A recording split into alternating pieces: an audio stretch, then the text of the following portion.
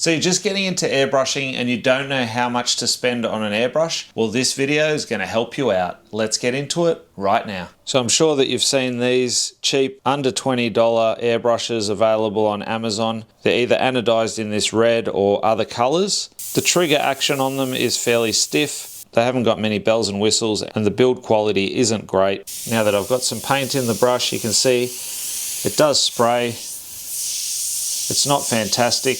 Keep in mind this one's not brand new. I've had it for a while. The needle's a bit damaged, but I can still get fine lines out of it. How long it's going to last is another thing. But if you are just thinking about giving airbrushing a go, you're not sure if you really want to persist with it, then you could grab one of these. It's not going to be the airbrush that you're going to hold on to for a great deal of time. Some of them work better than others straight out of the box, and I'd imagine after using it for a little while, you'll probably just throw it in the bin and you'll need to buy another one. For a brush that's just under the $100 mark or around that, then I'd look at either the Sparmax Max 3 or the Gallery GHAC 98. I've got unboxing and spray tests on both of these videos, as well as some of the other airbrushes that I'll be featuring in this video. If you want to check them out, you'll find links in the description below. So this is the Gallery airbrush.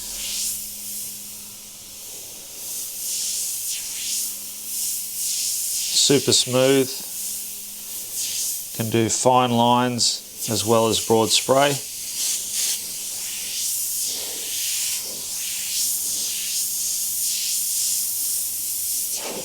And the Sparmax brush, also super smooth, can handle fine detail. I'll take the air cap off as I do with all my brushes. Just don't drop your airbrush. This allows for a finer detail, easier control and management of your tip drying.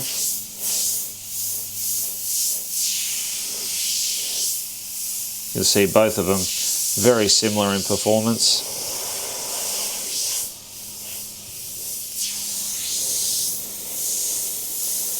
And now looking at brushes that are just over 100. Well, this one, the PS289 GSI Krios, is just over $100. A fantastic Japanese made airbrush, and it also has the MAC valve, which is really handy. And of course the Iwata HPCS Eclipse, one of my favorite airbrushes, at around the $170 mark. This is just a workhorse as far as an airbrush is concerned. It can be used for larger jobs like murals as well as fine detail work. So with either of these brushes, they're really going to last you for years and years of airbrushing. They're going to be super reliable and just a great airbrush to have in your collection. Starting off with the PS289, atomizes really well, super comfortable brush. The trigger is nice and smooth. You can get super fine detail. Again, I'm not really over thinning my paint and running at a lower PSI. This is pretty much just a 1-to-1 ratio, and I'm using that for all the brushes that I'm testing within this video. But you can straight away feel the quality of this airbrush. Now the Eclipse, again, nice and smooth, very reliable brush. Extremely consistent, and as I mentioned, this is one that you'll have for years and years,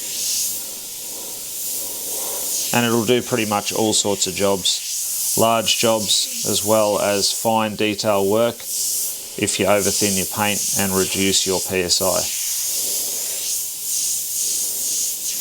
And if you're looking for a great side feed brush, and one that I'm really loving at the moment, it's the Iwata Eclipse Takumi. This one is more expensive at just under $200 US, but if you want a nice detailed all-round brush, it's definitely one to add to your collection. Again, nice and smooth as you'd expect from any Iwata airbrush. I love this because the cup is on the side, so I can really put my finger way over that trigger, which is more comfortable for me.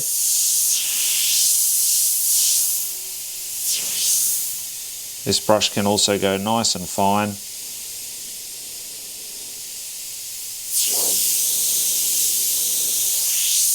And perfect for those illustration type jobs, where you want to have a clear line of sight when you're painting. You don't have a cup in the way. And I know I've pretty much just showcased gravity feed brushes, but if you are looking for a siphon feed brush, then the Sparmax SP575 is a great choice, just under $100, and it's definitely a decent quality suction feed brush at a great price. If you want to spend a bit more, you could also look at the Iwata HP BCS Eclipse. Now, if you have money to burn, then you may wish to go for the Iwata CMC Plus, just over $550. It is an amazing airbrush, very, very smooth as you'd hope, and it can create super fine detail. That said, with something like this, you really need to be more experienced with an airbrush. I have had beginners purchase one of these and they're just not going to get the performance out of it. And I would recommend that if you are willing to spend this sort of money on an airbrush, then you'd want to at least have been airbrushing for a few years to make sure that you can really get the performance out of this particular airbrush. Now, let's say you want something very similar to the Micron CMC Plus, but you just don't want to spend $550+ on an airbrush. Then you may want to look at this airbrush here, the GSI Krios PS771. This airbrush is pretty much the same as the Micron that I just showed you. I can get the same sort of performance out of this as I do with a Micron, and it is also really smooth. This one has the rounded trigger instead of a square, which personally I prefer, and it is under $200, so less than half the price. So definitely one to look out for. Starting off with the Micron, extremely smooth, as you would hope. Can go really fine.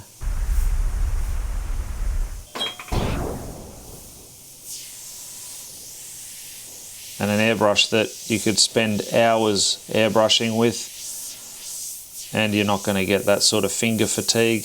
But I guess when you are spending $550+ on something like this, you expect it to have all the bells and whistles.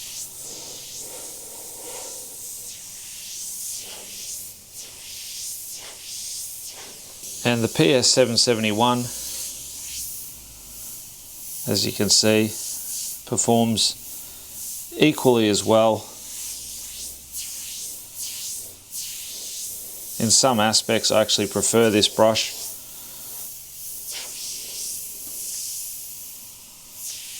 Mainly because of the button. I much prefer a rounded trigger rather than the square ones that are running on most of the Iwatas lately.